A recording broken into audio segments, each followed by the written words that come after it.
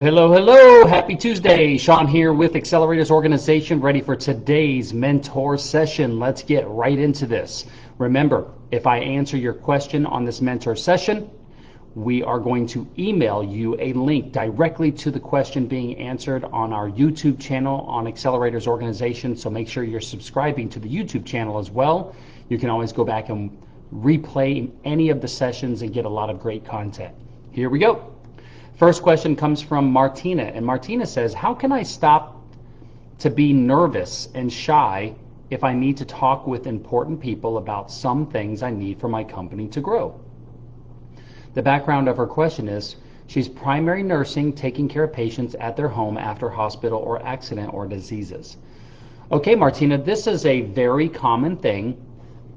Over the years, I've taken a lot of workshops, bought a lot of books, actually hired some coaches to help me with this.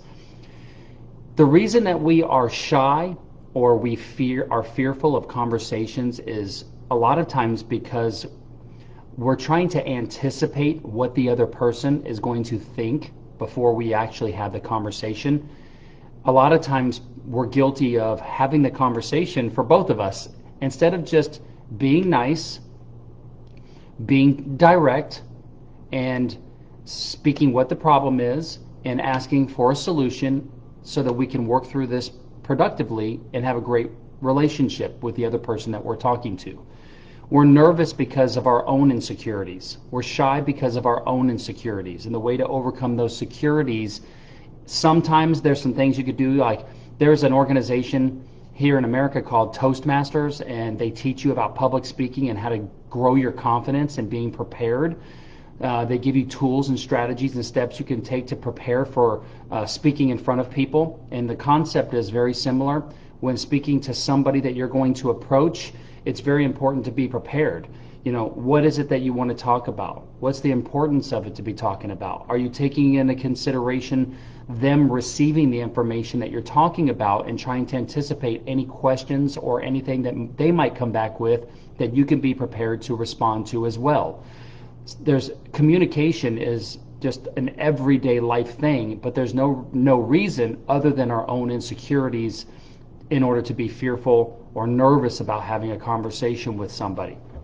Remember, when we have a conversation with somebody, as long as we are following the right process of being respectful, open, vulnerable, honest, respectful of their personality as well, we can't control what they are going to do. Even though we can be really nice and respectful, somebody can still come back and be very rude, but that's on them, not us.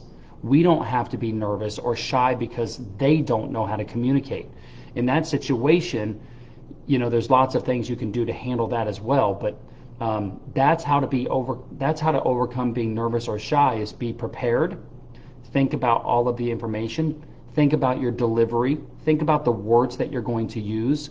If you go to my Ask a Millionaire, actually, you know what? I think it's actually in the AO Resource Center in sales. I think my top sales book recommendations are in there. And then there's also in that top sales books PDF that I put together, I've got my top communication books, which have some great books around which words to use when you want to say something, what phrases to use when you want to say something.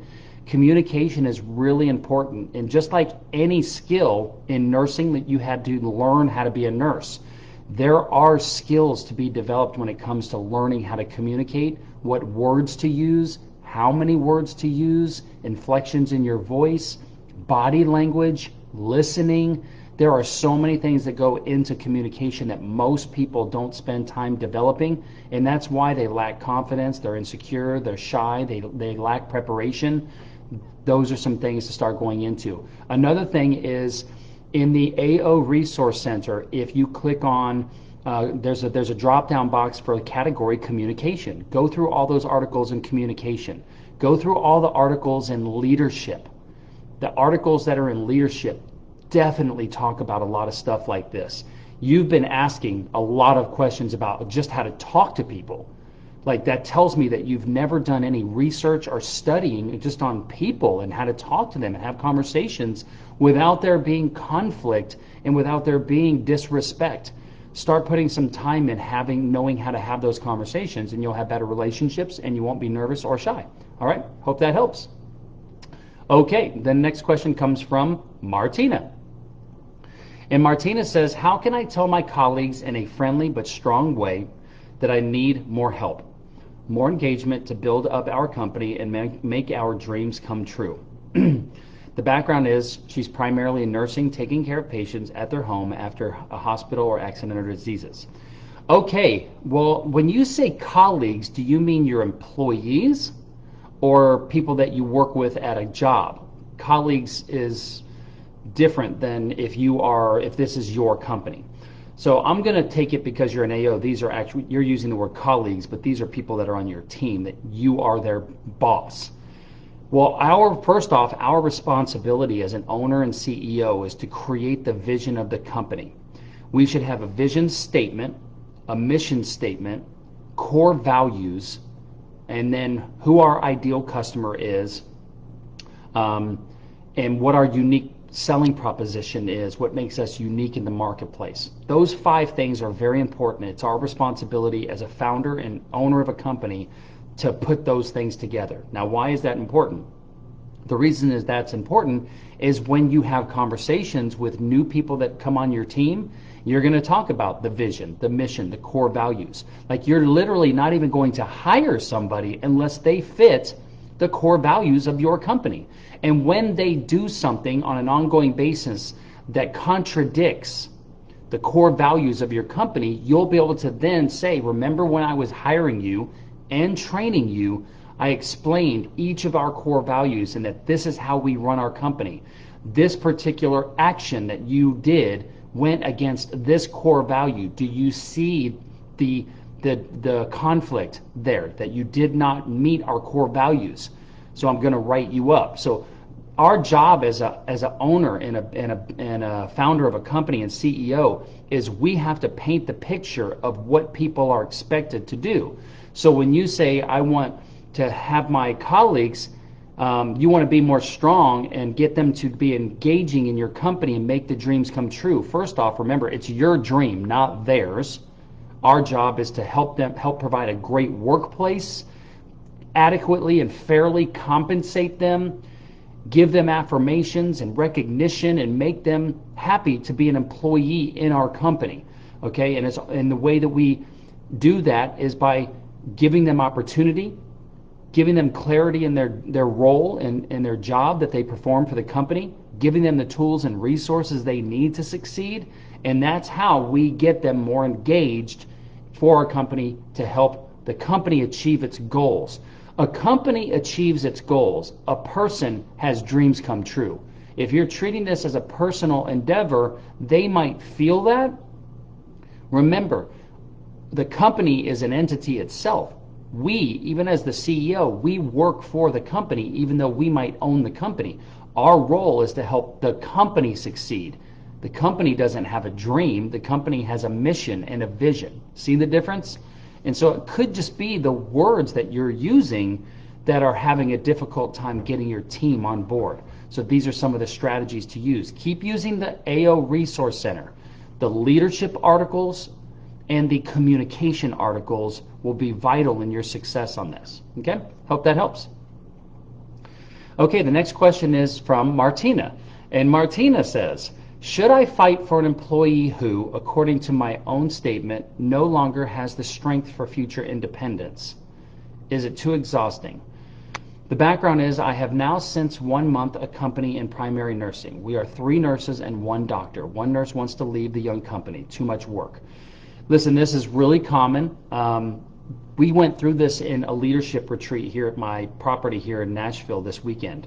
There are no bad employees, there's only bad managers. If your employees are unhappy or they're not doing a good job, it's either A, we hired the wrong person, B, we put them in the wrong position, C, our company can't handle and isn't ready for employees, or D, the employee either can't do the job or chooses to not do the job. And our job as leader is to know the answer to what the issue there is. Bottom line is when I talk to one of my team members that I've hired and they're either exhausted, there's too much work, they're not happy, I want to have a meaningful, open dialogue with them to determine if they're okay first. I'm empathetic to their feelings and I want to find out if they're okay, and then find out what the root cause of the problem is, and then have a great open dialogue with them, and at the end of that conversation that can help tell me whether or not that person is going to be the right person for the company. If somebody's exhausted, isn't happy, it's affecting their health, any of those types of reasons, they probably aren't a right fit for the company, and I want to free up their future and let them know that it's okay, and I understand that they're choosing to no longer work for the company. All right, so that might be something to have a good dialogue with that employee about. Okay, the next question comes from Nancy, and Nancy says, what do you respond when you are trying to close your first B2B client and he asks you about who your current clients are? The background is I design and sell jewelry for women, and at the moment I've only made direct to consumer sales. I'm working on business to business but have no business referrals. Love this question. I actually had this problem when I first started my last company, Uniguest. We were selling computer systems to hotels, and it was a one-man operation, and I operated the business by myself for about 2 or 3 years. And at one point, after I had done such a good job for about 100 hotels, Embassy Suites Hotels invited me in to do a presentation about doing what I was doing for some of their hotels already, but making it a brand standard and doing it for all of the Embassy Suites hotels. There was about 200 or so. And I came in and I did a presentation. They loved the presentation. They asked me a lot of questions. And then they said, Shawn, we have a question for you. When you say we as a company, who is we? And I'm sure I blushed and I said, well, right now it's just me. And so I provide all of the customer support. I do all of the installations. I do all the sales. I do everything. And it's just me right now, but I'm growing as a company, and I'm actually just getting ready to start hiring my first operations manager to help me with the operational side and customer service. And they responded and they said, well, thanks for your honesty. And they said, we pretty much gathered that because we called about 10 of the hotels that you service for us, and everybody gave you rave reviews. They said that Uniguest was probably one of the best vendors they loved doing business with because it was always fast service. Somebody always picked up the phone. If a computer broke down, there was always a quick replacement, and that the service was fantastic. And we asked them, well, who do you deal with at Uniguest? And they all said, we deal with Shawn. So it was kind of funny because they're like, come to think of it, every time we call, Shawn picks up the phone. So we knew it was probably just you, and we're happy that you do such a good job. But if we're going to offer you this contract, we need to understand your plan that you're going to be able to handle 200 new hotels. This is a big deal for us that we're going to make this recommendation and mandate you as the only vendor that hotels have to use. So we need to know you can handle this. So, I won't get into the details of how I answered that question, but I think with your B2B client, what is it that he's asking? Like, if he's going to be buying jewelry, then he's going to place an order and receive jewelry. It doesn't matter if you have $50 million of revenue, if you've done this much business, if you have referrals, whatever. I mean, he's looking at the jewelry, right? He should be making his decision based on, if you're actually going to be able to supply the jewelry he buys. And you can help set his mind at ease by saying, hey, if you're going to put in a large order of 1,000 pieces, tell you what, if you're not comfortable putting a down payment down because you're not sure as the size of my company that I'm going to deliver, don't worry about it.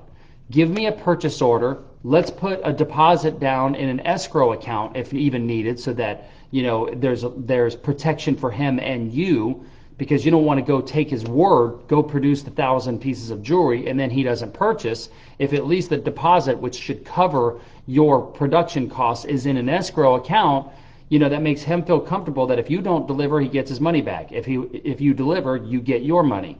And say, I'm willing to do something like that, and give him the warm and fuzzies. Find out what his real objection is. Is it that he doesn't think you're going to deliver? Is it quality? What is his concern?